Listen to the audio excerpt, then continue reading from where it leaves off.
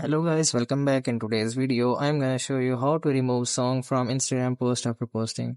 So lots of people are asking that is there any way to remove a song from Instagram post after posting? So the perfect answer is no, there is no direct way to remove song from Instagram post, but I'm going to tell you the several solutions in order to bypass this. So you have to simply open up Instagram, and after opening up the Instagram, you guys can see here is the post I have opened, and this post contained music from Instagram.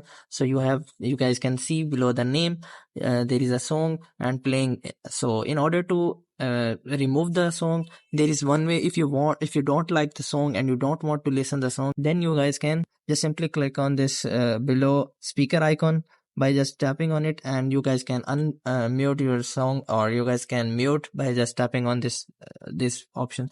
So this is the solution if you don't want to listen the song. And the second method is if you don't want to post any of the song, then there is no any way to directly go to edit section or removing the song. So you just have to simply delete your post and repost your post without song. I hope this methods find you well. Do like, share, subscribe. Thank you so much. Bye bye.